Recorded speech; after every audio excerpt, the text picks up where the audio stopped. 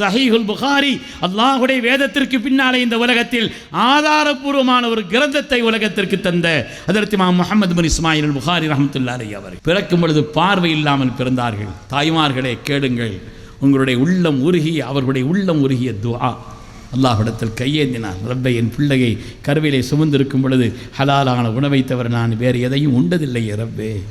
ஆனால் என் பிள்ளை இந்த சமூகத்திற்கு மிகப்பெரிய சேவையாளனாய் இருக்க வேண்டும் என்று நான் ஆசைப்பட்டேன். ஆனால் பார்வை இல்லாமல் என் பிள்ளை பிறந்திருக்கிறது என்று ரப்பிடத்தில் கதறினார்கள், அழுதார்கள், உருகினார்கள்.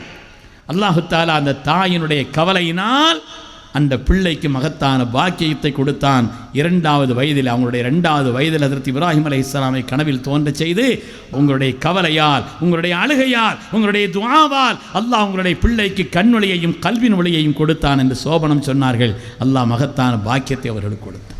இந்த உலகத்திலே தாய் என்று எடுத்துக்கொண்டால் ஹஜ்ரத் இமாம் கஸாலி ரஹ்மத்துல்லாஹி அலைஹி ஆகட்டும், இமாம் புகாரி ரஹ்மத்துல்லாஹி அலைஹி ஆகட்டும், எவ்வளவு பெரிய மேதைகள் அவர்களெல்லாம் அவருடைய தாய் பின்பணியாக இருந்திருக்கிறார். எனவே பெண்கள் அவங்களிடத்தில் ஏற்படக்கூடிய மாற்றம் நிச்சயமாக குடும்பத்தில் மகத்தான மாற்றத்தை உண்டாக்கித்தரும்.